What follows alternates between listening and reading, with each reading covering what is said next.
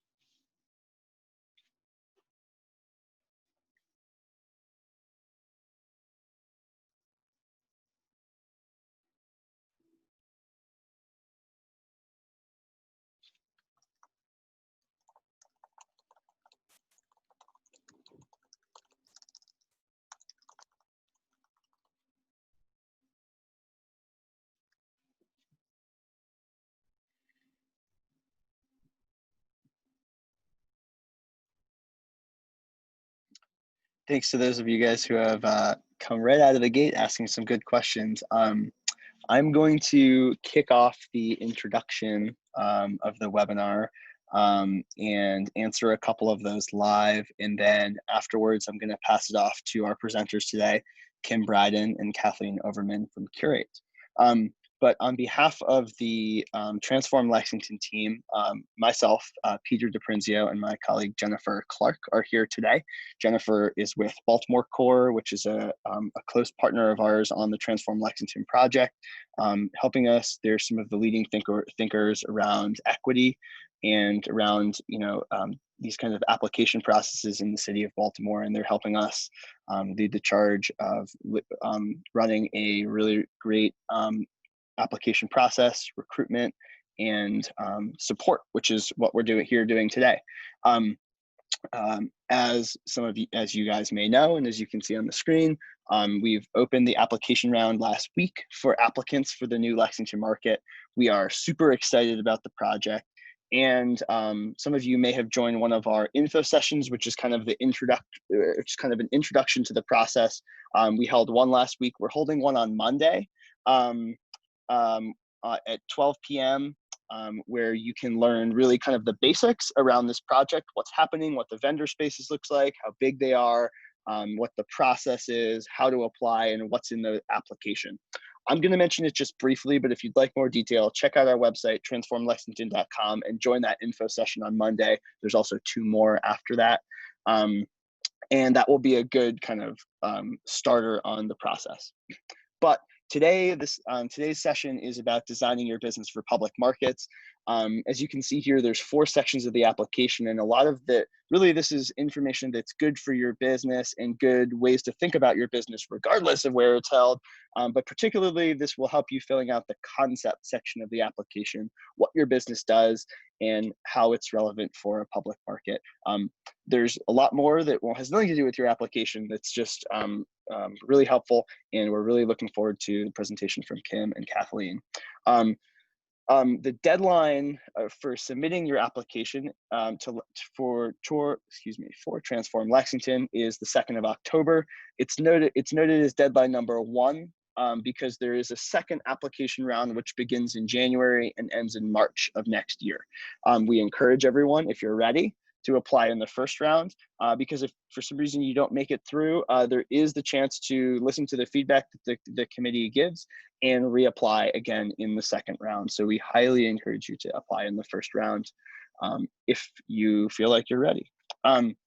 And just as a quick reminder, this is the first of the support workshops, Designing Your Business for Public Markets. There's also a branding and marketing workshop, and there's 2 sessions of that. And then there's also business finance, and there's 2 sections of that, which roughly correspond to the application sections. There's also one more, Designing Your Business for Public Markets, but I think you'll probably be good just hearing the presentation once. It's held again on September 10th. All this information's on transformlexington.com. There's lots of good stuff there, including the space layouts, rental ranges, and things like that. So if you haven't gone deep into the site, take a look. But we're also here for any questions that you have. There's information and contact links on the site. If you have some individual questions you're not sure as you're going through the application of how you fall business-wise or category-wise, please reach out and let us know. So with that, I'm going to unshare my screen. I'm going to hand it over to Kim Bryden and Kathleen Overman from Curate, and we're looking forward to a great presentation. Thank you so much, Peter, and the Transform Lexington Market team. I'm going to go ahead and share my screen now. We are so excited to talk with you all this evening. Like Peter mentioned, we're going to be talking about designing for public markets and really going into this concept and really visioning around what your potential could be in filling out your application. We really want you to have a strong entry into your application next steps. So that's one of our core reasons why we're showing up tonight. But before we get into it, you should probably know who we are. What is Curate? Who are Kathleen and I? So my name's Kim Bryden. I'm the CEO of Curate. I've been in the food world from government to Fortune 500 retail management to food tech startup. I founded Curate 6 years ago in 2014. We operate between Washington, D.C. and Baltimore city metros. And fundamentally, we exist to shift dollars back into our local communities by building an empowered food and beverage supply that is you all to meet this changing consumer demand. And what do I mean by changing consumer demand? We are going to get into it, but the way in which you are relating to your customer is that through a wholesale channel where you are selling into a hospital, for example, or are you direct to consumer, as you will be here in a public market? So we really think about this holistically. As you're building your brand, how are we adapting our businesses to meet this change in these sales channels? Kathleen, who are you? Hey, I'm Kathleen Overman. I'm the Director of Connection at Curate. I have worked in the local food system for about 10 years, I guess. Yeah, about 10 years.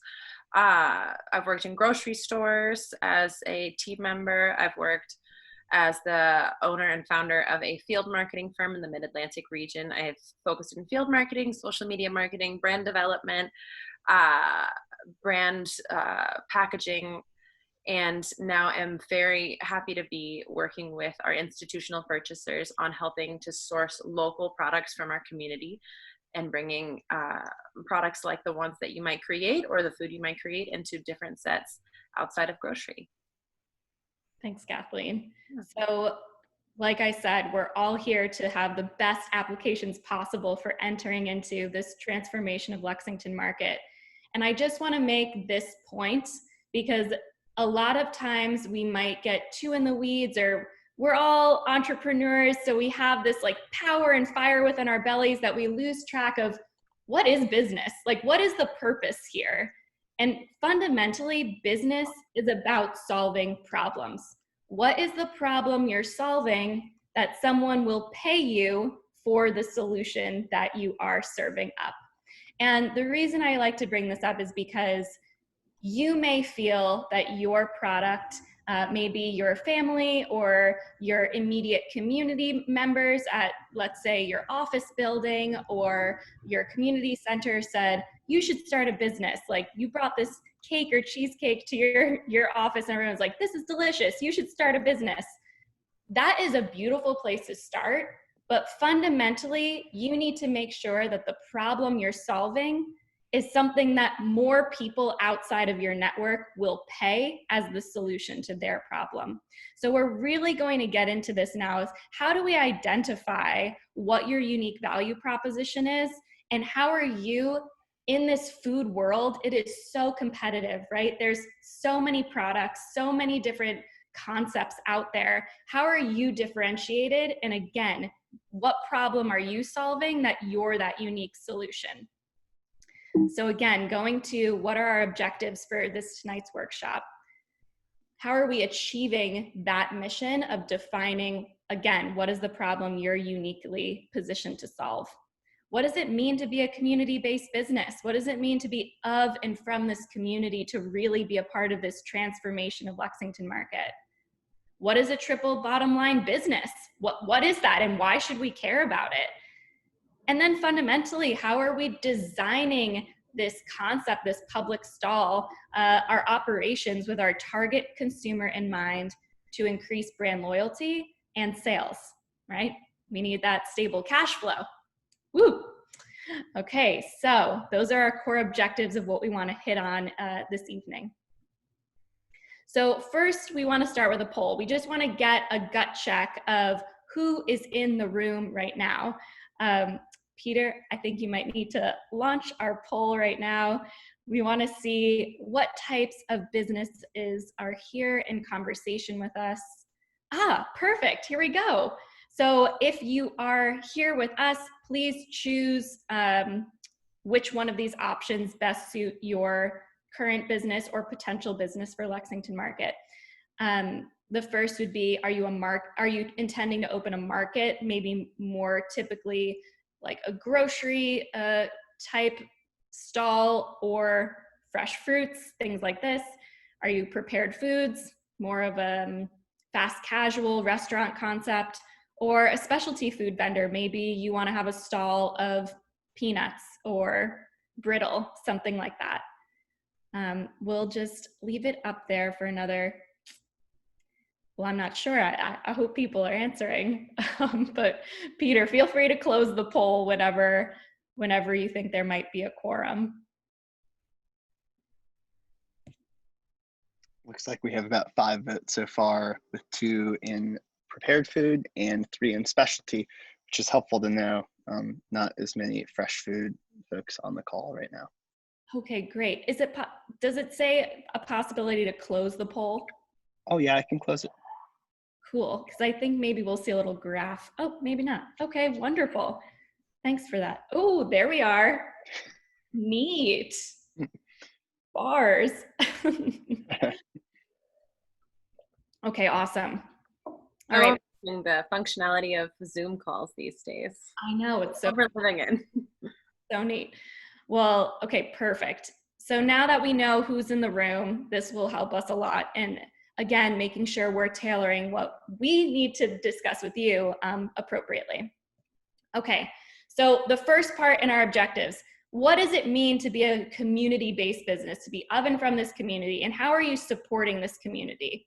So in identifying what makes you unique, what is your mission and purpose in this endeavor, we're going to address these things. Why?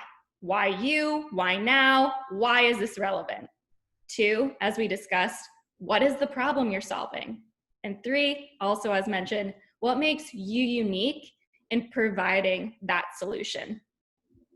So I don't know if you've seen this particular graphic before, but this is called the Golden Circle, and it was coined by this gentleman named Simon Sinek.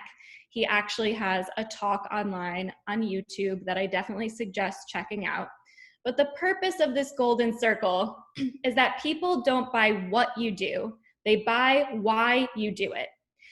And this is particularly important in food, because maybe in this room right now, maybe there are 2 of you that have bakery concepts, and you think you make the best cookie ever, right? That's the what. That is the product. That's the what. But it is possible that each of you have very different whys. Maybe one of you, your why is that you want to employ women, refugees in the production of your cookie, right? That is a mission and a why, a purpose, that the output, the outcome is the cookie. And so it's really important for us in a competitive landscape like food to be very clear on why we do what we do and not just the what of what we're creating. And so now let's go into how do we identify this? How do we identify what our purpose, our identity is in this? Okay, next slide. So if you're with us right now, maybe this is something you can pull up a sheet of paper or your notepad or even on your phone. We're just going to talk through a few prompts, and you can go back. Again, if you're watching this on a recording later on, maybe pause it right here and again, jot some things down. But this first prompt is, what was your aha moment? When you thought about this idea that you have, this concept that you have, what was the moment where you're like, I think I have something here? As an example, I'm making this up, but perhaps you suddenly found out you had celiac disease and you can't eat gluten anymore, but you love pancakes and you just like really need pancakes in your life, even though you have celiac disease. And so you've decided you're going to create a stall that is the gluten-free pancake stall. Again, I've just totally just spitballing here. So again, what was that moment where you decided this is something that I could really get behind? Oh, it seems that there is something in the Q&A. Is there somebody who has a question? Unfortunately, I can't see it, but if there is a question, definitely let me know. Kim, the question is asking about how to connect some of this to how it has to do, what this has to do with being a vendor at Lexington Market. So maybe that's something that you'll get to a little later. Yes, I mean, this is very important to becoming a vendor at Lexington Market because, again, you have to go through an application process to be a vendor at Lexington Market. And so in this application, you need to identify what your concept is. And being able to identify your concept means that you need to be able to clearly articulate why you do what you do. Because again, there might be applicants that have similar products as you. And so if there are similar products out there, you need to understand what is your why to differentiate against that other potential competitor that you may have.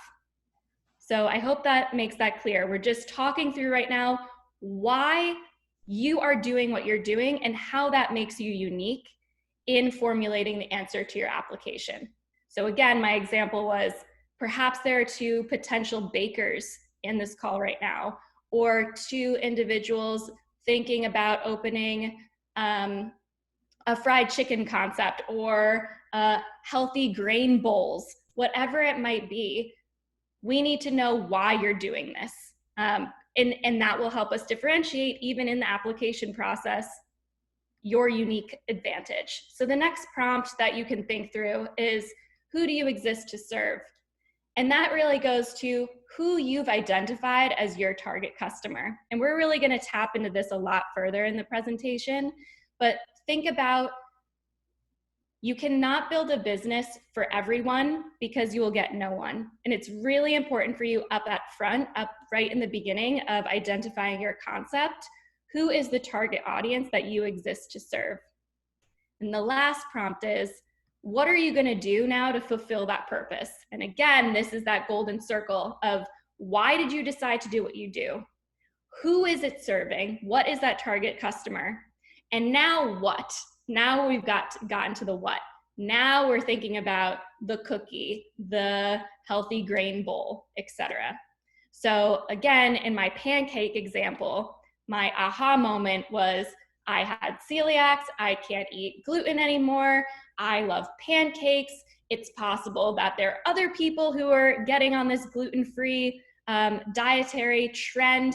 I think that this could be a really good concept for Lexington Market because there is X amount of foot traffic in the morning, and there are more people that need dietary specific breakfast items.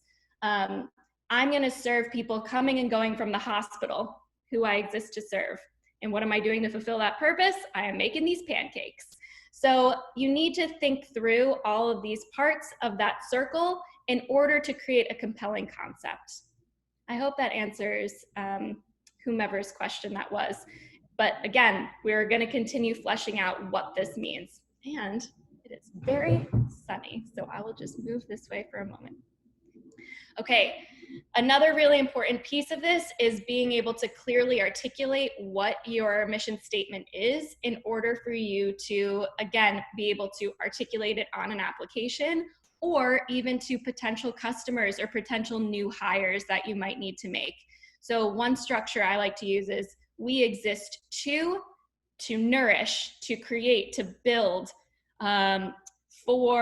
we exist to nourish, for the community that might be craving a dietary restriction friendly breakfast by creating that pancake bar so that nobody feels left out of a morning breakfast experience when so many people just have gluten extreme croissants everywhere. Again, I made this up on the fly, but hopefully you understand what I'm getting at. But you need to have a clear articulation of what that mission and purpose is so that people know what you stand for, they understand your unique value proposition, and they know what problem you're solving and how you're solving it. This is one example of a business that I feel like has a very strong mission statement. And it is Truly You Cuisine exists to nourish your potential with plant-based snacks and sweets while on the go. This is telling me who? Your potential. I am nourishing your potential with what and how? With plant-based snacks and sweets while on the go. What this is telling me is that this person's target audience might be someone who is vegan or vegetarian, and perhaps this person is maybe a junk food vegan, which means they're picking up a bag of chips that might be unhealthy for them in a crunch moment because they're trying to nourish themselves quickly, but it's not actually nourishing, right? It's just that quick snack that then people are plummeting their energy levels because it wasn't actually nutritious or healthy. So this is a clear articulation and identification of this person's problem they're solving. They're solving that they want to actually nourish you with a plant-based snack and sweet while you're on the go. It's very clear about what the problem is and how they're solving it. So now going from this very focused activity of your mission statement and who do you exist to serve, we're gonna now go back, we're gonna pull back macro level and look at how this mission might tie into each aspect of your operations, which brings us to one of our next core objectives is, what is a triple bottom line business and why should we care? Kathleen, you love triple bottom line businesses. Tell us more. I love triple bottom line businesses so much, which is why I'm really excited to talk to this room of people about it. So Kim's talking about a lot about our mission and why we're here to do what we're doing and who we're trying to impact in our community. And Baltimore City is, if you live here, you know that it is so connected to community. It's a city built on neighborhoods, and it's a city built in service. And so many people are existing that their daily joy is to go out and say hello to their neighbor.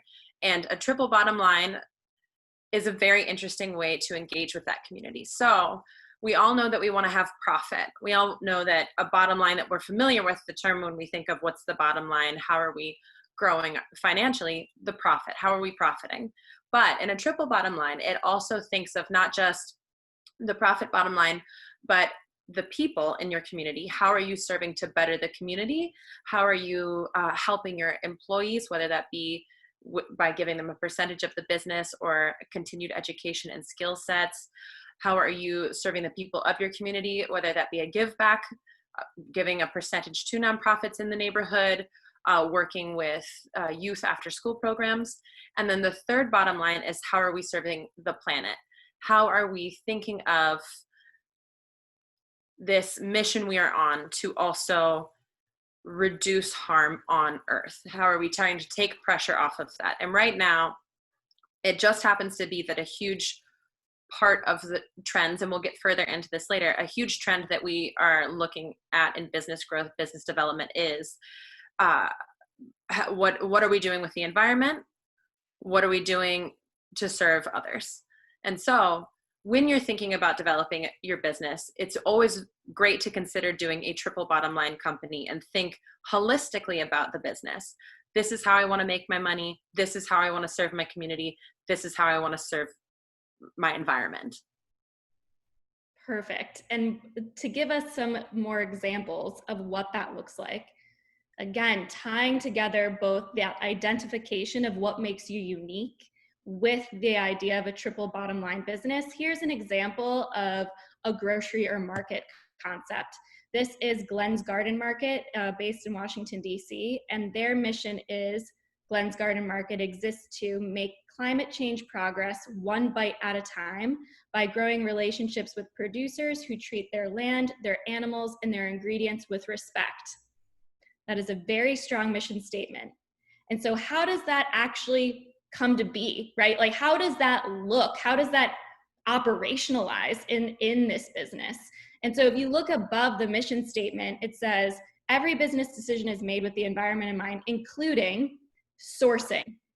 They source nearly everything in the store from producers within the Chesapeake Bay watershed. That's huge. Energy, they're 100% solar powered. So you can see how within their operations, they've taken that mission, that idea, that purpose, and have tied it into actionable items that are happening within this operation. This is very important for you to be able to articulate in your business proposal and in this application process. How are you having this purpose that is your unique value proposition of what you're bringing to this stall? How will it be showcased in the everyday operations of what you are doing? And it's that, oh yeah, it's that unique value proposition, circling back to that really important question of how does any of this relate to Lexington Market and applying for Lexington Market. It's those kinds of thought exercises of, if this is what I'd like to do, how can I work to further develop that concept that will look great when applying, especially, as Kim mentioned, when you might be applying in a sea of other individuals who also have similar concepts. These are things that help set you apart from everyone else and every other product that's on the shelf, thinking of it as a shelf, everyone else applying. Totally, that thoughtfulness, that intentionality. And another example, we had quite a few people on the call, and hopefully those watching, who maybe aren't grocery concepts, but instead are cafes or fast casual concepts. Here's one called Sweet Green, and their mission is to inspire healthier communities by connecting people to real food. We know that Sweet Green is a critical link between growers and consumers, and we feel a responsibility to protect the future of real food. So how does that happen? How does that actually come about in their operations? They're committed to supporting small to mid-sized growers. They're creating transparency about what's in the food and where it came from. And they look to create accessibility to healthy, real food for more people. And so this is, again, extremely important for you to identify as you're applying and making sure you're tying that UVP, unique value proposition, into your operations. So I've said operations a lot. I've said everything about taking action a lot on what that unique value proposition might be. So back to our third objective here, which is how can we design our operations with our target consumer in mind so that we're increasing brand loyalty and sales? There are going to be not just a pool of applicants that you're competing against, but now you're in the market, right? You were chosen, you're in the market. Now there are all these other stalls that you are both in community with and also in competition with. The stomach share, if you will. Think of it like a pie chart. We have only so many meals that a consumer can eat. And so you're competing for that stomach share. Super important for you to think about that from the get-go, from your application. How are you designing your operation with this target customer in mind so we have brand loyalty, repeat customers, and increased sales? Kathleen, what does this mean to create this identity? So creating identity is has a lot of value to it, and starting right off the bat, recognizing you in any medium. We're operating in an interesting world, even before the pandemic hit, where we are not just a storefront, but we're also an Instagram, and we're also a Facebook, and we're also really cool swag and gear that we can set out into the world.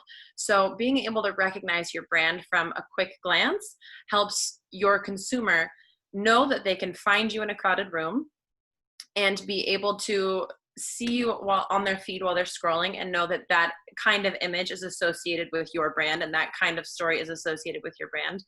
And when we're thinking about Lexington Market as a historic establishment pulling in a lot of tourists, having gear that can then be taken to another city and be recognized as, oh, you've been to Baltimore and you've been to that great place in Lexington Market. I love that brand. I love their chicken sandwich. I loved their milkshakes. I loved their juice bar. I have one of those sweaters, tote bags, coffee mugs too. And I actually got to experience this once on a plane myself, flying back from Portland. I found the cooler of a client's bag as someone's lunchbox, and had no, like, why in the world would you know this juice company that I know that it is based out of Maryland? Oh, well, she happens to be a regular customer. And you find these strange connections and are reminded of how much you love a brand through an identity that is strong in any medium.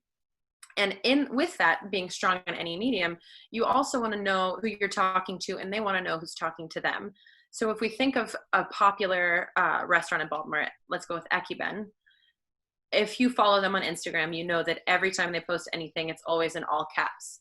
So when you're looking at it, if you're scrolling, if you're doing anything, you immediately know that the large caps font is what you're going to expect. When people post about them themselves, they often do it in a large font because it creates a sort of brand loyalty, which brings us to the third. In number two, we're trying to build a community to know who we're talking to, what kind of language are we using. But when we do that, it translates into a trust and a village with our customer base that they then can point back to know that whether they're talking to you or they're talking to your new hire, they're going to have a similar kind of exchange of friendliness, a similar kind of exchange of knowledge base on products, a similar kind of exchange on local food advocacy or party food, if you're doing chicken wings and favorite snackables. And when you have that trust with everyone and that value, that when you're creating an identity across everything, it ends up in the long run saving you a lot of time in future applications. Because say today you might be sitting at home building a business plan and thinking about what is the language of the business that you are creating. And that might seem like a lot of time that's taking you, it might be taking you a lot of time now, but in a few years or maybe even a few months, when you're hiring a director of marketing for your business, when you're hiring an assistant manager or a manager to run your business so that you can continue working on the growth of your business, they already have the language that they need and the visual, the solidified brand presence to work off of when they enter the new role in your company. So it ends up saving you time, and it means that everything you do becomes a little more effortless because you have a script on what you say. If someone says X, you say Y. If you are building a new package, you know that you have a template based off of brown labels or bold font that you like to use. So that way everyone inside of our community can recognize your brand, and as you grow, others can find you too. And this is just really scratching the surface. And I want to call out that in all of these amazing technical assistance workshops that the Transform Lexington Market team is hosting, there is a specific workshop on building your brand. And so we wanted to make this call out on how identity and building this visual identity, not just visual, but also the tone, as Kathleen was mentioned, the tone and how you talk and how you present yourself is extraordinarily important when designing the concept of your public market space. Again, as Kathleen mentioned, across all of these different mediums, not just the space itself, but the website, your social media, any swag you have. And so if you're really stuck on what that could look like for your concept, please continue to sign up for the next part of the workshops in this series on building your brand, because there's an entire 2-hour session on this.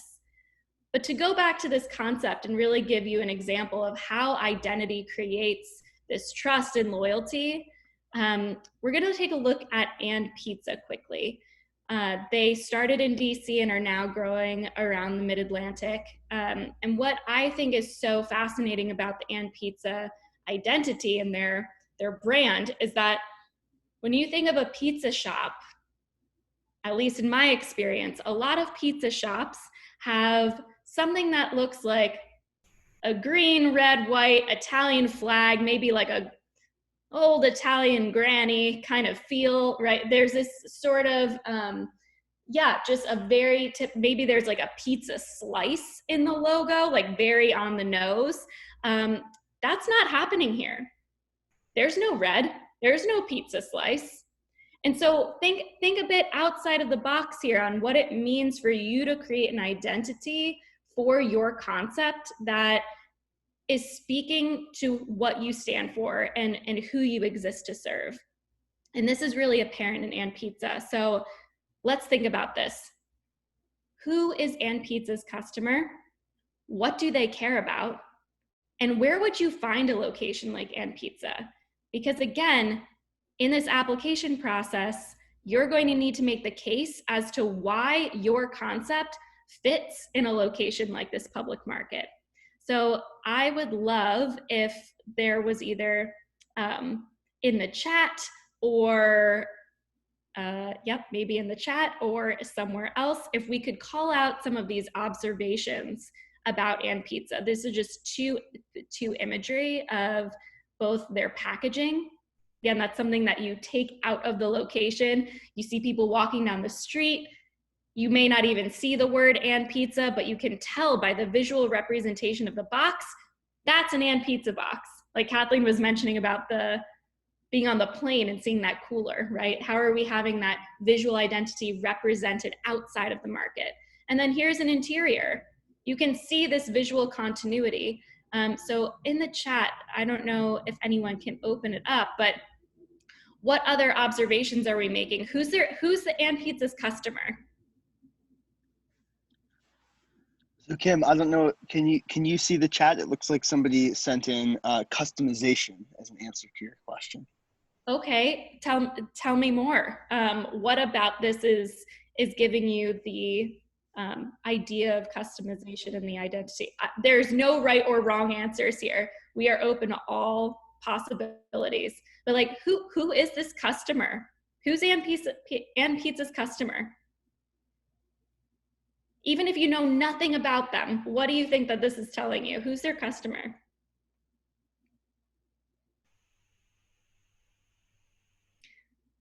Well, for me, and I guess I'm a little biased. Oh, can we talk? An on-the-go person, college students, okay.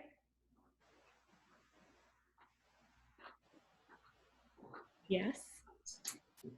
So far, I feel very on the go, and college students, it's so close. It's right on the nose for me. Totally. What do they care about? Someone said customization. Wonderful. Okay, and where would you find something like this? If you were on And Pizza's team and you were having to scout new locations for And Pizza to possibly open, where would you want to put something like this? Where would you want this concept to be? Oh, in a mall, okay. College Park, near apartments, college campus. Yeah, okay, wonderful. Yeah, and I love all these answers. Thank you so much. Airports, sure. And these are, what, yeah, totally. And I think this is a really, again, go through this thought exercise for your own concept. Who is it that we're trying to target? What about our identity is calling that person in without us even speaking first, right? We have heard 0 words from the And Pizza team, right? And you're already picking up all of this from the visual cues. And also ask yourself, how does this concept of mine fit into a space like Lexington Market? What makes it unique for a public market space? The other thing I want to bring up with And Pizza here is, again, that visual identity continuity, even on their social channels. And yep, that's me. I am there in this Instagram.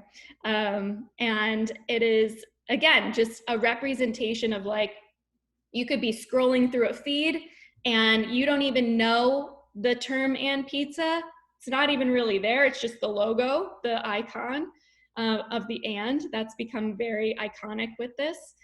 Yeah, and so it's really important, again, for you to think about your concept, why it is particularly important to happen in a public market like Lexington Market, and what sort of identity are you creating to draw in people, even if, again, they've taken your packaging or some swag outside of the market to create that continuity of your concept.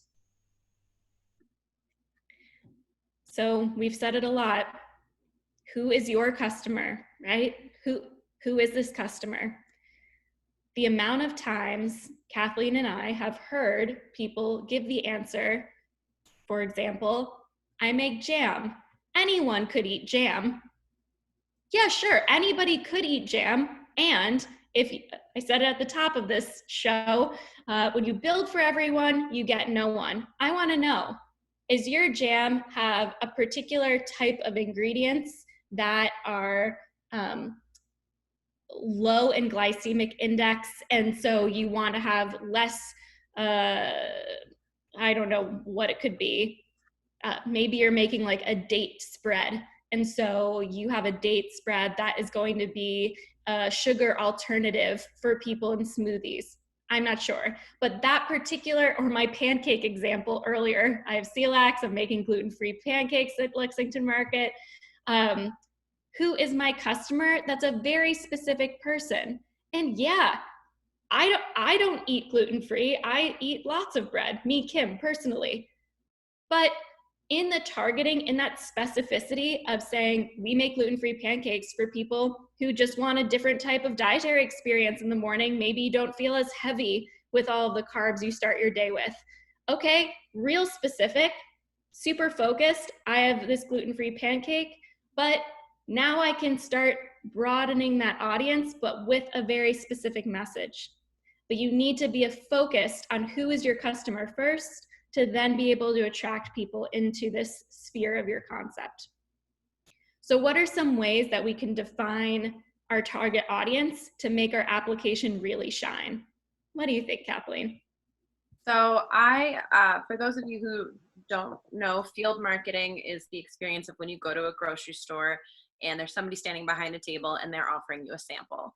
You see hundreds of people in a day, you see lots of different kinds of people, but you really get to know your target audience. And I can only assume that some of the people on this, or some of the participants on this call today, and some of the people watching on Facebook Live have also been vendors at a farmer's market, done pop-ups, maybe done weddings, things like that, and have really started to understand who their best customers are. So whether you close your eyes or not, I'm sure that if you take a second, I'm sure that even when we started this conversation of talking about who your customer is, that at least 2 people popped in your head that are regular customers to your business. At least 2 people, maybe more, I mean, most likely more, popped into your head of the kinds of people who come to you week after week and love your product. The kinds of people who call you when they want to have something catered. Those individuals represent the beginning scratchings of the surface of who your target audience might be. So if you think of those individuals and think about what makes them who they are, that's when you can really start to understand how you can broaden that scope like Kim's talking about. You might have the one celiac who's super into gluten-free pancakes, but you also might have the family who's just looking to try new healthier things. So if we're thinking about those customers, maybe it's if you like if we're at a farmer's market, maybe it's the family that likes to come for the experience and to have the kids try new things. Maybe it's the mom who really likes to have this be her alone time. And so she comes to the market and picks up this product, and this is what makes her feel special. And this is the thing that she treats herself to.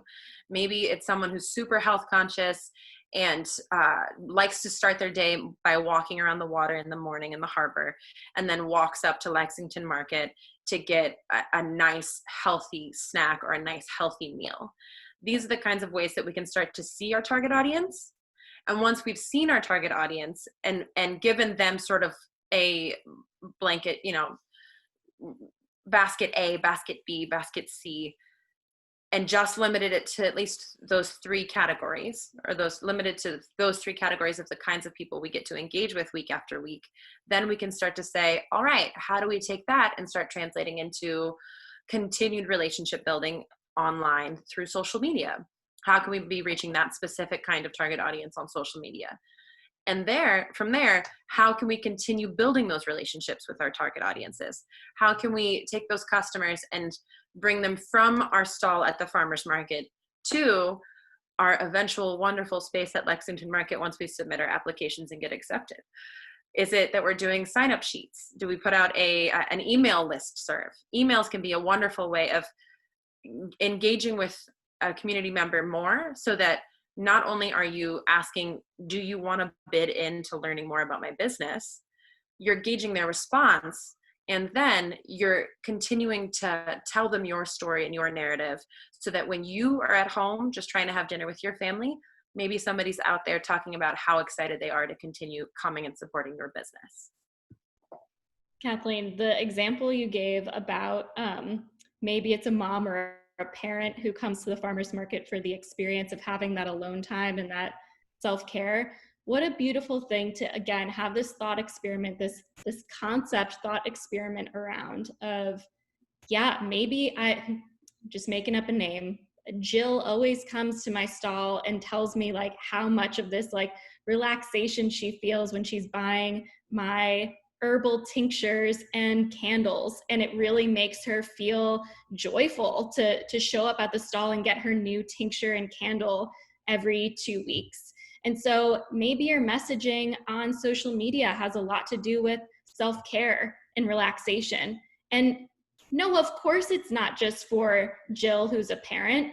Lots of people do care about self-care and relaxation, but you are creating this concept with Jill in mind, right? Because you know that Jill was your early adopter. She was the person who believed in you first, that shows up week after week, and you want more Jills in your stall. You want to bring Jill from the farmer's market into Lexington Market.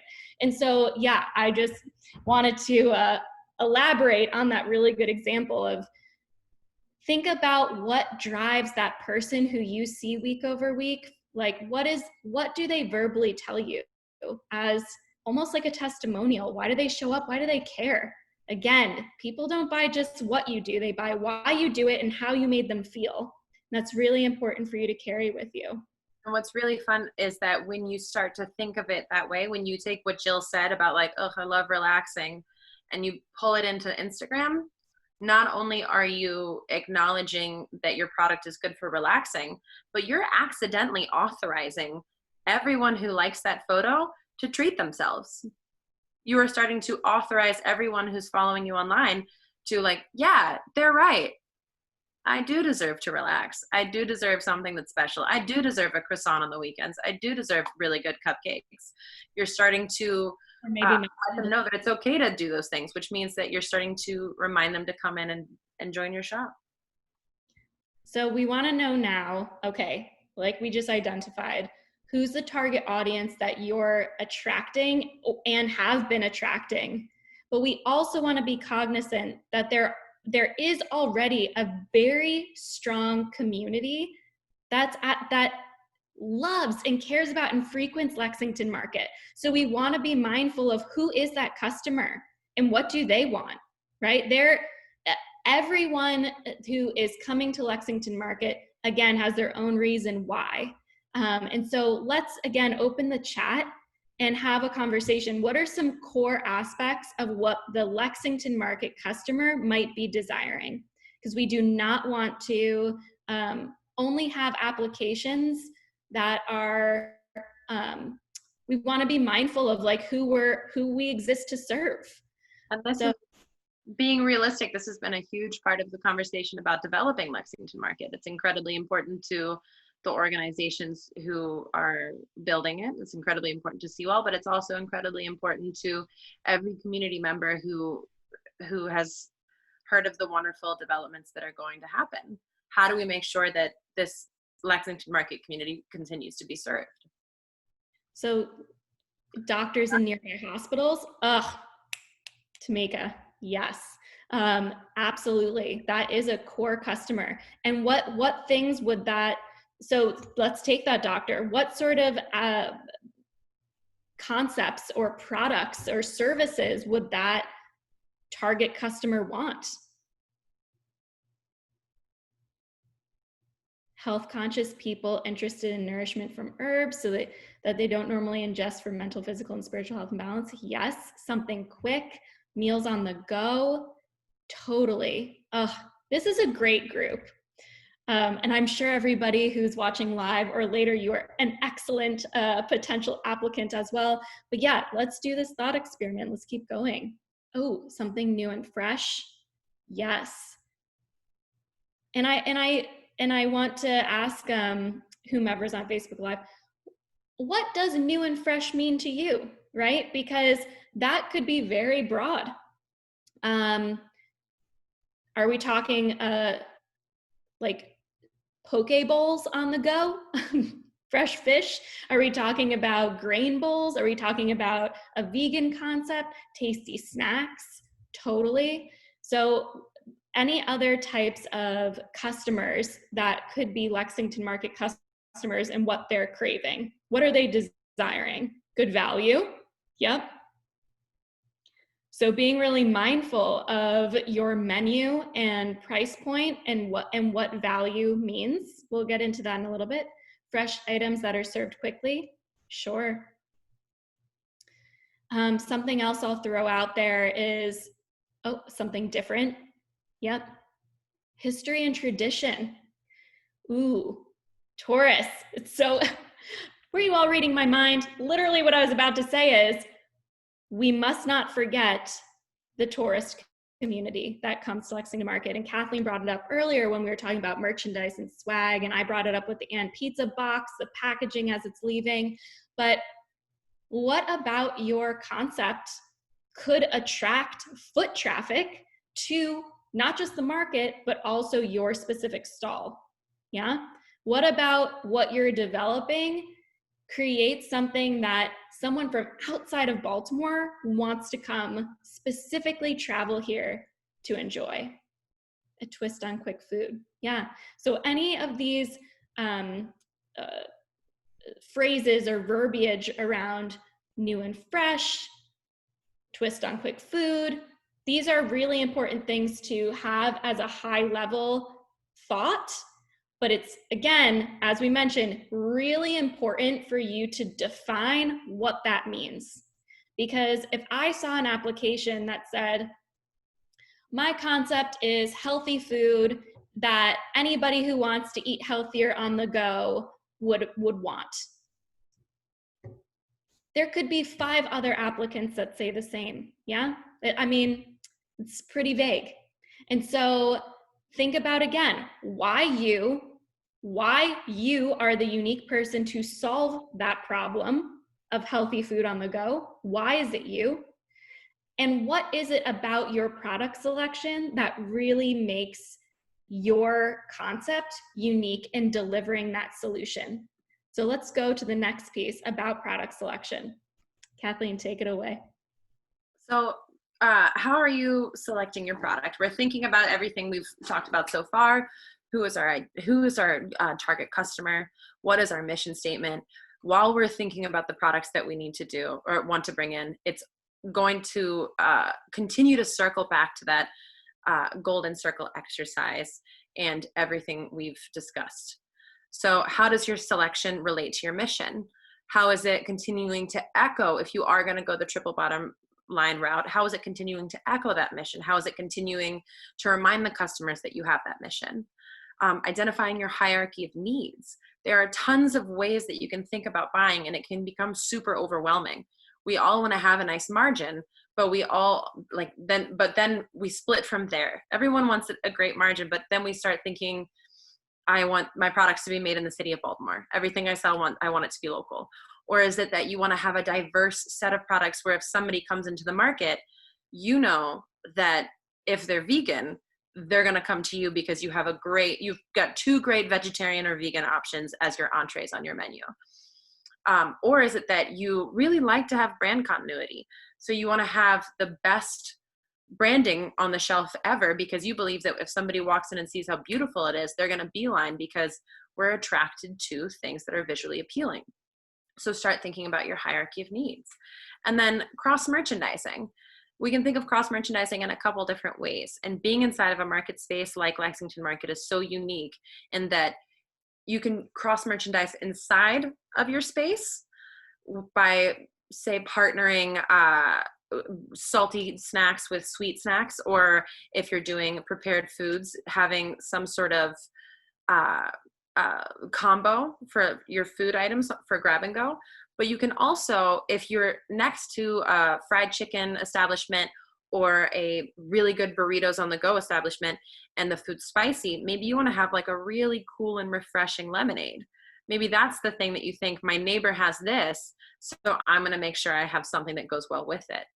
And to that, the blended margin displays are things to really be thinking about when you're building out the shelves, when you're building out how the space is going to look, which can mean either A, blended margin, the shelves have a product that has a 40% margin, that golden reach, and also has products that have 20% margins, but are at a more affordable price point to hit those, as we mentioned in the chats, tasty snacks with value, so that you're making a sale on maybe both things, the sweet option at the 20% margin and the salty thing at the 40% margin. But also option B, the blended margins in what kind of packages you can do. Like we mentioned with the lemonade, maybe you really want to incorporate, from your hierarchy of needs, you want to incorporate a local cookie, but that local cookie has a lower margin, but you're adding it to your sandwich combo box, which has a more forgiving, larger margin. By combining those things, you're hitting your ideal price point, an ideal margin on a sale per sale. And that helps you to have more success day over day. Absolutely. And so let's just circle back before we get into this cross-merchandising and blended margin displays.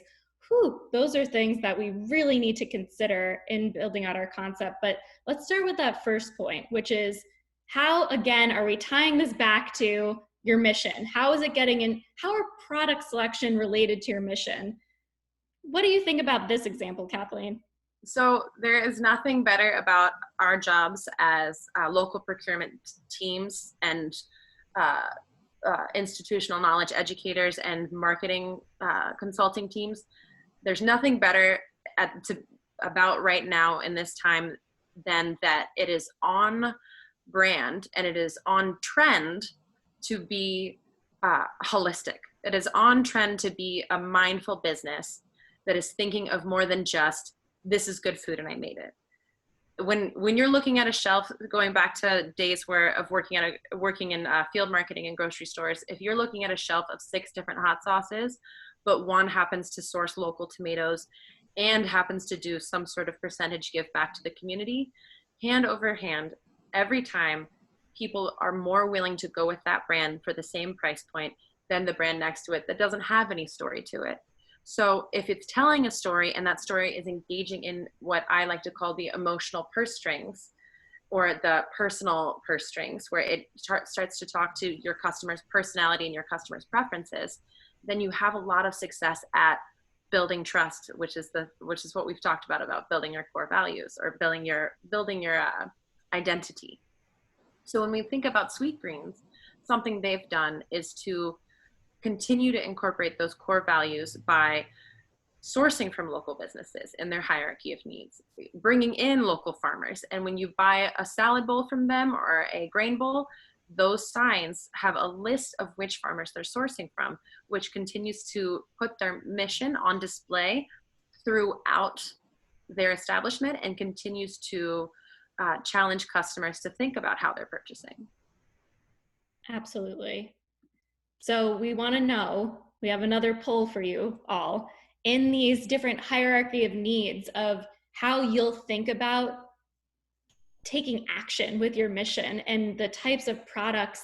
And again, products could mean you're a specialty food vendor and you have baked goods on your shelf, or it could mean you're a fast casual concept or a grocery store, right? Product could mean a menu item, or it could be a physical item like a cookie. What is your primary core value? How will you rank these core values in your operation? So Peter, launch our poll. We just want to take a quick hand raise from the audience here to say, what is the thing that you really want to prioritize in your product selection? And so, I apologize, Kim. Oh, I was just going to describe that location means you want to prioritize other made in Baltimore products and brands in your product set. Price may be self-explanatory, but that prioritization is that you have the most affordable or value-driven menu. Diet would mean I have the strongest core value of being amenable to a very specific dietary need, potentially. Visual branding, Kathleen mentioned this, but maybe you want, the priority for you is that visually, when someone sees your stall, it all has this very cohesive look and brand. That's the priority. And the last, maybe you are really conscious about calories. Maybe that is something that you are really putting forward of being more health conscious. So just taking a quick poll here, what is your top core value, and how you're going to have your mission live out through your product selection and your operations? How are we doing on the poll? We have some responses, Peter.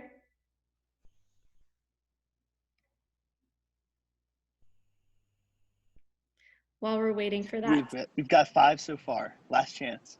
Oh, last chance. Get your votes in. And then whenever you want, you can close it and we can see our little big reveal. Ooh. I was going to do that regardless. Okay, so location, awesome, right? Like, what does that mean now in your concept development? Who are you sourcing from? Is that other local farmer that Kathleen was mentioning? How is that represented in your concept, in your plan? Make that clear to the Transform Lexington Market application process. How is your business creating economic impact for other local businesses, right? This is our whole mission and motto at Curate. Love that.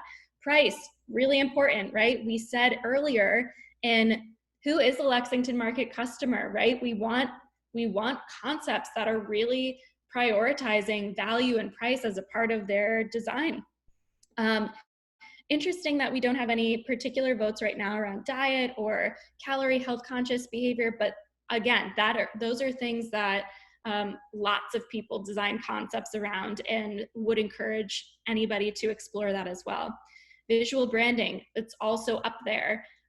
Again, you have the opportunity to attend a workshop that's solely on branding, and that is another really big factor, as we've talked about in this presentation, of, again, people shop with their eyes, right? They're scrolling through Insta, they're in a market, maybe you even buy beer and wine based on the label, right? I don't really know what I like, but this label's cute, right? Like, people shop with their eyes. So that's also, there is no right or wrong answer here, but whatever, again, is your why, the reason why you do what you do, choose a core value that emulates that why, that really calls to action and creates an operation, a concept that is speaking to what you I'm getting distracted because there's a chat. Exactly how I buy wine. Oh yes, thanks, Jennifer. So, but Yeah. move away from that, I did also want to say that thinking about this hierarchy of needs or hierarchy of preferences and how you're preparing to run your business, when we were thinking over, since we now know that like health or diet is not necessarily why anyone's here today, and maybe when you're watching on Facebook later, maybe that is the reason that you would like to put your stall inside of Lexington Market. But thinking back to the notes of history and tradition and tourists, when you're developing your concept to have multiple pillars, say you're submitting a stall application for thinking of history and tradition and tourism, crab cakes. Maybe you're like, I really think that Lexington Market should have a great crab cake stall. There always has been something great with crabs there. I'm going to bring a crab cake stall in. I guarantee that there is going to be more than 3 applications saying that they would like to do a seafood establishment or a crab cake spot for tourists and to celebrate the tradition and history of Baltimore City. If you're thinking of just crab cakes, it might be difficult to stand out against other applicants. But if you're starting to think of your business from all these different angles and really fleshing out who you are, who you want your staff to be, who you want your customers to be, that's when you really start to boost your crab cake stall game. And how could, I don't know, maybe this is like a little outlandish to say, but like, what if you had like a vegan crab cake stall? Is that even possible? I'm not sure, but we're just spitballing. Crab cakes are real. They're really good. Yeah, maybe your concept is like you're the vegan crab cake person, right? Like there are ways in which you can take a pre-existing idea or concept and really make it your own. It's possible. Yeah. So again, that's the creativity, the thoughtfulness that you want to have in developing your concept that will really make you stand out. Now getting to, this is a really intense slide. Sorry, it's like, whoa, in your face. I'm actually going to talk about cross-merchandising first. When you walk into a grocery store, oftentimes one of the first things you see in the produce section is a display like this one that has onions, avocados, garlic, limes, tomatoes. It doesn't explicitly say this as this picture does, ready, set, guac, but essentially what this set is telling you to do is that these products can be purchased together. Yeah, these things can be purchased together to make guacamole, but they also have lots of other recipes that these things can go together. So when you are thinking, and Kathleen mentioned this already, but when you are thinking about setting up your stall and what types of products you want to have on display, think about pairing things together that someone doesn't even have to think twice. They will automatically buy it as a joint unit because they're like, well, of course I need to have this pairing of things. The reason I am emphasizing this is because coming up, there is yet another workshop on business financials. And so when you are thinking about planning out your menu concept or the products you're going to have and doing that financial forecasting, you want to be able to understand how you're going to cross merchandise products together, because that increases the size of someone's basket or check size. There's different terminology depending the industry you come from, but you want an increased check size or an increased basket size with every purchase. So pairing things together that the customer doesn't even have to think twice, well, obviously I would buy those things together, really huge. The other thing I would like to mention is a blended margin menu. And Kathleen brought this up earlier with maybe you have a sandwich with a local cookie and that delicious lemonade, right, as a combo. And so I just pulled a classic fast food joints burger menu here, but as you can tell, you can just buy the burger, or for only a few dollars more, you can get the burger with a drink and a side of fries, right? How are you creating a menu that if you have this package or signature menu items, you've thought about how all of those elements together, when purchased together, are hitting your target profit margin. And so maybe you're losing money on that cookie, or not making as high of a margin on that cookie as you would desire, as Kathleen mentioned, but you're making up in margin based on the sandwich. And so when you're developing your menu or you're developing gift sets, whatever sort of kit or package or meal that you have, you want to think about how each of those items maybe doesn't hit your target profit margin on its own, but when purchased together, it hits your blended margin. And that's up to you to decide based on your financial projections. Are you aiming for a 35% profit margin, 40%, 50%? I don't know if you can go more. We're in the food business. Be interested if you are. And this is something that you really need to consider. And if you're sort of like, how does this happen? Numbers. Fortunately, again, there's a workshop coming up on your business financials. So that is something you need to explore. And now we would be remiss if we did not address where we're at. Kathleen, this is a time. This is a COVID time. We have to address it. Yeah, so speaking of thinking holistically, let's be a little bit more honest and think Kim and myself have to be more holistic thinkers when we're talking about how business growth should develop right now in the now times, including that every single person on this call today, everybody watching on Facebook Marketplace is dealing with an additional layer of brain gunk, an additional layer of processing that we have to do every single day, because we're coming to terms right now that the before times are gone. We live in the now times, and we have yet to discover what the next round of the world will be like. And I have a neighbor who is also a friend who calls this living in the eternal present. And I think it's a really great phrase to think of when getting overwhelmed with, but how do I plan things around the pandemic? But how do I plan for when the pandemic ends? How do I plan for after quarantine restrictions, masks, indoor seating is lifted? Right now, we're preparing for how are we developing our business right now? And that might mean that for months you've been working on a concept and been developing a concept that, and let's skip months, for years you've been envisioning a concept that would be a storefront in a location like Lexington Market. And now you're forced to make that shift, and that's very difficult. So first, give yourself a little room and give yourself a little forgiveness when dealing with that brain shift. And then we can start to have a little bit more fun with it. And oftentimes we talk about this in Curate as frustration versus fascination. We can be very frustrated by what's happening right now. We're all entitled to that. But after we've decided to put that sensation down, which is one of inaction that's sort of paralyzing on I can't do anything, this is being done to me, we have the opportunity to then move into the space of fascination.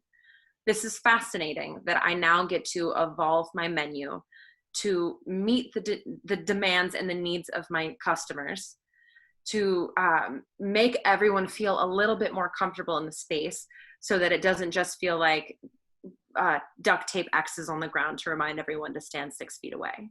So we get to play with a little bit of innovation and how we merchandise and market our space. And we get to play with a little bit of innovation in how we build out our menus. And if you're an establishment that is going to be doing prep food, crab cake, I don't know. That crab cake, let's circle back to that guy, that crab cake meal we're talking about. Maybe it's that if you were going to be a full seafood establishment, instead of doing 12 dishes, you're now doing a really solid core of 6 to start with. A really solid core of 6 dishes, so that when someone orders online and has it delivered, you know that you're ready for that delivery flavor to be just as good as if they came into the market. You can really perfect those 6 dishes and focus your energy on that, so that if you are up against trying experiences like the majority of your customers doing takeout only, that you're a little bit more comfortable and prepared with the menu that you have. Maybe it's if you're a grocer or a specialty food store and you're doing items that people can come and grab off the shelf. Maybe it's that you're developing meal kits and you're making a weekly package that people can come and pick up, or people can have delivered to their house. And that also helps pay attention to not only how you're feeling in the space, but how your customers are dealing with their brain gunk. Anything you can take off of a customer's plate to make their week just a little bit easier, to make someone feel a little bit more supported especially with something like a meal kit, is going to go a long way to, as I've talked about, continue building that brand trust and loyalty, and continue to build a community with those in the Lexington market area and beyond. So I know everyone out there is feeling that, and this is resonating a little bit with everyone, but be easy on yourself. And when you're planning your menus, have fun with it. It's how we are now. We are now in the now times. How can we make the best margins on meal kits and have something like a CSA, but for meal kits? And how can we make a menu that's going to shine no matter where we are? Maybe you can even do a meal kit if you're a prepared foods restaurant, and continue to support everyone during this interesting period. Totally. And I think just right before this, how I was talking about blended margin menus and cross merchandising, and this just ties so beautifully, because everything you were just mentioning, Kathleen, is how are you diversifying your revenue streams? Because we have to live in the now, right? We only have so much data as to how people might be operating in the future. Who knows? We don't know. But if you are developing your financials and your concept around, yes, I may have foot traffic from the market itself, but I also need to plan for takeout. I also need to plan for this meal kit subscription business. I also need to plan for e-commerce, right? What are all of these ways in which your concept has these diversified revenue streams? Maybe someday there will be large catering orders you could fill. I hope. There's lots of opportunity. Maybe you decide you want to create a product in your stall for wholesale. You had that burrito on the go concept, and now you are considering having your hot sauce as a consumer packaged good for resale. So really, like Kathleen was saying, turn any frustration you had about this moment in time into fascination, and get creative and thoughtful on how this concept lives in the market, but also the potential of diversified revenue streams beyond that physical space. And in that physical space, when you're thinking about going to the branding side, when you're thinking about that design, what pieces of your mission and core values are a part of this new hospitality experience? It's really important for you to consider, like Kathleen said, maybe your vibe isn't like duct tape X's on the ground, right? You need to be cognizant of how your brand is showing up in these now times as well. Which, there is a huge comfort in everyone wearing masks.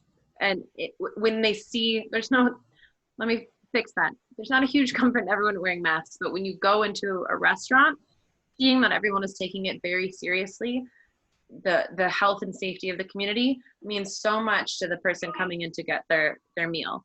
So maybe it's that everyone who works for you happens to have, if you're a cupcake shop, maybe everybody has a mask that says "we're smiling" and pink gloves. If that is a part of your color palette, maybe everybody has a fun glove, a fun apron, a fun face mask. And so that rather than coming in and being reminded that we're still stuck here, we're starting to play with it a little bit. Love getting creative. So yeah, this is our core values at Curate are curiosity and creativity, empowerment, intentionality. And a lot of this is what we're trying to verbalize here on this presentation, is really being mindful about the concept you're developing. What is the problem you're solving, and why are you the unique person to solve it? And how is that living out in each aspect of your business? So really hope that you got some new thoughts in your brain as to what your concept could be or could evolve to be for this application process. This is our website and our Instagram handle. You can reach out to myself or Kathleen if you are looking for outside help to develop any of these concepts further. and totally open for Q&A now. I know we have some time left to answer anybody's questions to the best of our ability. And Peter and Jennifer, please let us know your thoughts as well. Absolutely, and please feel free to use the Q&A feature at the bottom of your screen or the chat to send us questions for Kim and Kathleen that we can answer. So I do have some comments from the Facebook Live. Peter, some people had some comments centered around the safety around Lexington Market. If you could just take a minute to address that and like what we're doing for that. Sure, and although that's not the focus of the workshop today, it is something that's very important to the project. The area around the market needs to thrive in order for the market itself and all the businesses within the market to thrive. So this is outlined in a lot of detail on transformlexington.com if you'd like to dive into more detail, but we've been working to assemble and participate in a cross-sector partnership from government to the private sector, business owners, property owners, mental health, law enforcement to attack some of the issues that are happening outside of the market, to really bring the best and brightest in the city of Baltimore to the table to help to make the outside and make the area around the market thrive. So a lot of those metrics and details on that work are outlined on transformlexington.com, right on the first page as you scroll down, of this kind of focus on public safety, on health, on wellness, because it's not like an easy. It's a set of challenging problems and a set of partners that we need to bring to the table to address them. So that's just a brief overview. It's not related to the content today. So thanks for asking the question, and I'll pass it back to Kim and Kathleen and for any other questions that might be around the session that they presented. Thanks, Peter. You guys do have a question around offering the one-on-one support. Oh, to complete the application and develop these areas. And then I think there's a piece about you guys being for hire. Yeah. So we have a program called Curate Pro, which is for any vendor or for any consumer packaged good producer or a prepared foods producer or establishment that's looking to go more local, that's inside of our community. We like to offer a more cost-effective and as comprehensive as possible consulting service. So the idea is to help small businesses grow. We're going to hit a program that helps you over, especially right now, over a 30-day period, develop the concepts week over week that you're working on to get you to where you need to be for this next stage, for the application, but also for getting in the building and getting everything set up and ready to go. So we're happy to send, if you send us your email or reach out to us through our website or our Instagram, we're happy to connect and send you information on Curate Pro, the application and the pricing structure so that you can get the help. That's awesome. And to answer, and also, in addition, if your questions are more focused on the market, specifically, you want to know, does a candy stall fit into stall 33, or anything in more detail than what's available on the website, feel free to reach out to the Transform Lexington team through our website as well. I am writing down this email just right now. I see that you've written that Curate Pro, got it for sip tea, just to let you know.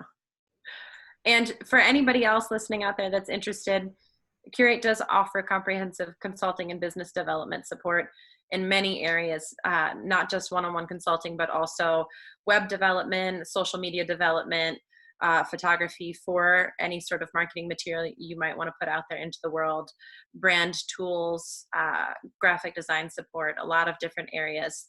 Kim and I have spent a long time in the food community, and it's been a fantastic journey that's led us to a lot of businesses like yours, and we'd be thrilled to bring more people in and share with them what knowledge we have. And they're really good at it, which is why they're here tonight. Yeah. Jennifer, was there anything else in the Facebook Live? No other questions from Facebook Live or comments. So we're good. Yeah, marketers and merchandisers at heart. Like I said at the top, we are building this empowered supply, which is you all to meet this changing consumer demand. And it is always important for us to be another outsourced brain in this process, because it can just be helpful to talk through some of the things that you might be thinking about. Peter, thoughts, questions? Anybody else have any questions? You guys did a really, really nice job. I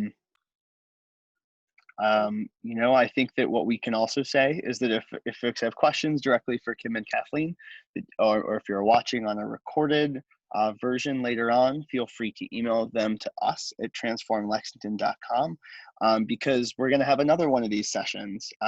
And all of the information about the upcoming sessions, both the ones with Kim and Kathleen, as well as some of the other ones, are listed on the Transform Lexington website. We can collect any questions that folks have between now and then answer them live on the webinar that we do next time. It looks like we've got one that's come in, which is, can you give more examples of triple bottom line businesses, partially about the planet, or perhaps, focusing on the part about the planet too?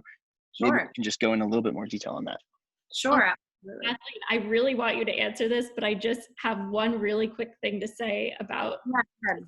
Okay, just gonna put this out there. Let's say that you are establishing a triple bottom line business with the intentionality of the planet. That means you cannot serve your food in styrofoam. I just need to say, this is what we're talking about, is how you are operationalizing and taking action in that triple bottom line. So Kathleen, what are more examples? Exactly. So it can be in part about how are you packaging your food? How is it being taken home? Moving away from styrofoam, moving towards compostable materials, moving towards, not moving towards, but utilizing the new developments in cutlery. Corn-based cutlery, bamboo-based cutlery. There's every day I see something new on the internet about a new style of cutlery that's being developed from palm fronds, and it's fantastic. There are a lot of different options like that in order to have the least amount of waste at Lexington Market, which is fantastic. But one of my favorite examples, Lillian, for a triple bottom line company is a kombucha company based out of North Carolina. And how they do their best to take a little burden off the planet is they not only got in contact with a company to run off of full solar energy, but they also do low to zero waste, in the sense that any waste they have from the kombucha that they make, whether that be fruit parts or tea leaves, things like that, they then donate to a farm that uses that as a part of the feeding process for the animals. So composting anything that is waste is a great way to get yourself more involved in taking a little pressure off the planet. And there are nonprofits based in Baltimore City that are working on compost collection. So if you wanted to reach out to that nonprofit, I know that they table every weekend at the Waverly Farmers Market on Saturdays from 7 a.m. to noon. So that might be a great place to go over, get involved, and see about just transferring over. But there are tons of different ways that you can start taking a little pressure off the planet. Tamika has one more question, and I think it might be for Peter. Yes, thanks. That's a great example, by the way. The question from Tamika is, will there be a limit on stalls that sell the same products? So this is a really good question, and it's also outlined a little bit in detail on the vendor mix document on our website. Again, if you'd like to go in a little bit more detail. But the answer on this is yes, but. Yes, in the sense that in listening to communities across the city of Baltimore and listening to the current vendors of the market, we know that the market needs to increase the variety of the products it sells while maintaining affordability, maintaining affordable options in the market. So in order to do that, that will be the charge that is given to our selection panel, right? And what that means is that when we have businesses that are substantially the same, right? Let's say a fresh fish business selling fish that can be cleaned, raw fish to take home, right?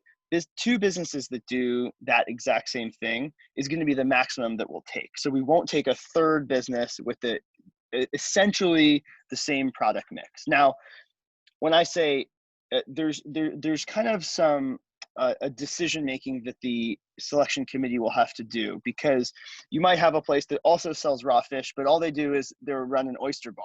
So that's not, although they just sell raw fish, that's not really the same as selling a full selection of fish that can be cleaned and filleted and taken home. So in that, another example would be sandwiches, right? There's sandwiches, in every different culture around the world. I love an Italian deli, I love a Jewish deli, I love an American style deli, and perhaps that there will be sandwiches sold in all different types of stalls, and you won't say, oh, only 2 stalls can sell sandwiches, right?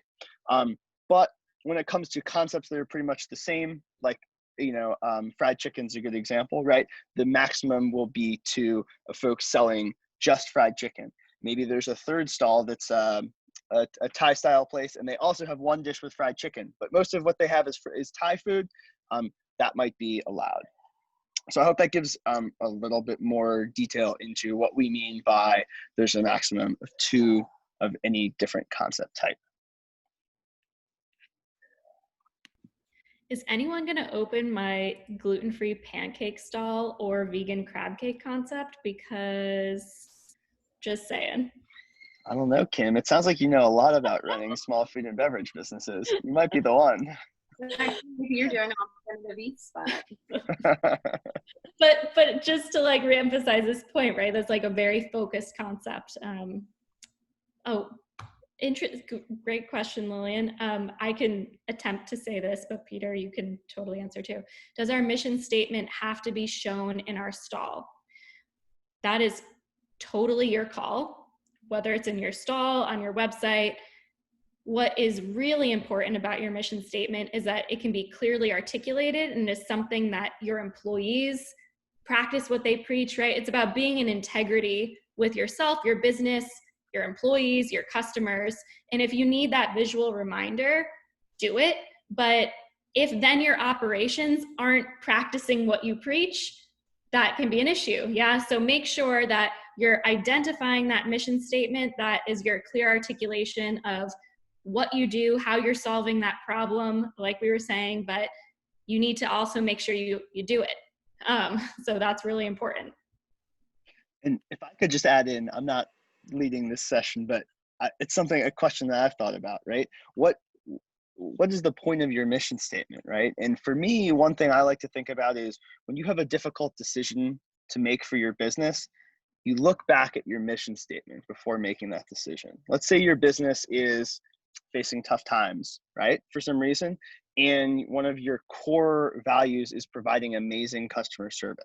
Well, by looking back at that mission statement at that moment, you might decide that asking your employees to take a wage cut might not be the right decision. That perhaps you bring everyone together and say, you know what, we're gonna cut in some other areas. We're gonna cut from our packaging. We're gonna cut from some other kind of bells and whistles of the business, but we're not going to ask employees to take a lower wage if we're faced with this really tough decision, because we believe in customer service and it's our mission.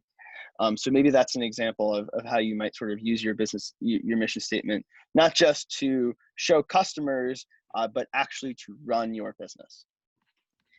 That is such a good point, Peter. And I have a very interesting metaphor or analogy to that, which is, let's say you were bowling and you were standing at the end of the bowling lane. Clearly, I'm not a bowler, so I could bowl and I could literally get a gutter ball. I mean, I have no idea the outcome of what my bowl will be. But if I add bumpers, I at least won't end up in the gutter, and I will at least hit some pins. And so think of your mission and your values as your bumpers that, like, I don't know how long it's going to take me to hit my success or goal, but at least I know I'm not going to end up in the gutter. Yeah, it's like your guardrails in making your decisions that will eventually lead you to those pins, which is success, the pins of success. I really like that analogy, Kim. That's cool. Certainly not a bowler, but Yeah, but everyone gets it. It was good, relatable. Oh, Jennifer, was there something else in the queue? Anyone else? I think Jennifer sent out the Compost Collective, which is a local nonprofit. Yeah, I really appreciate that. And for anyone listening, you can bring your compost to them on the weekends from your home at the farmer's market as well, and they'll help with that. And just to bring in one other aspect of supporting the planet, Lillian, I really appreciate you expressing interest in that. A lot of people say that, well, I tried to reach out to the Baltimore Compost Collective, and there are a lot of things that I have excess of that I can't compost, like bones or raw meat or dairy that's gone bad. If you're wondering what to do about that, there are tons of farmers just outside the city limits that will probably gladly come in and pick that up. There are tons of farmers that pick up, for example, that pick up hops after breweries are done, that pick up hops and feed them to pigs and cows. You can do the same thing with leftover compost from that isn't acceptable for a produce-based compost, like what Baltimore Compost Collective does. So there are a lot of different fun, innovative ways to get connected. Sounds like we have a compost expert on this call. Thanks for that, Kathleen. All right, we'll put out one last call for any questions for Kim and Kathleen before we thank them for their time tonight. And I will say on behalf of the Transform Lexington team, Jennifer and I, we want to say a huge thank you to the two of them for making time for us tonight, for offering their talents and their thoughts in help to all the businesses applying to the market. Of course, this will be available on transformlexington.com in the support page shortly, as soon as we can get the tech sorted out. This was great from SR. Getting a little kudos from the crowd. Thanks to everyone that joined, that stuck with us until the end. Wish you guys a great evening and a great weekend. Any parting thoughts from anyone on the team? Yes, this was awesome. Thank you all. You did such a great job. Awesome. Thank you so much. And Kathleen, someday we need a plant growing session from you, because those plants look great. There's just so many that I've killed that sit with us. So they're just off camera and nobody knows about them. Shh. All right. Thank you so much, guys. Everyone have a really nice evening. Thank you. Thank you so much. I'm really glad to be here. Have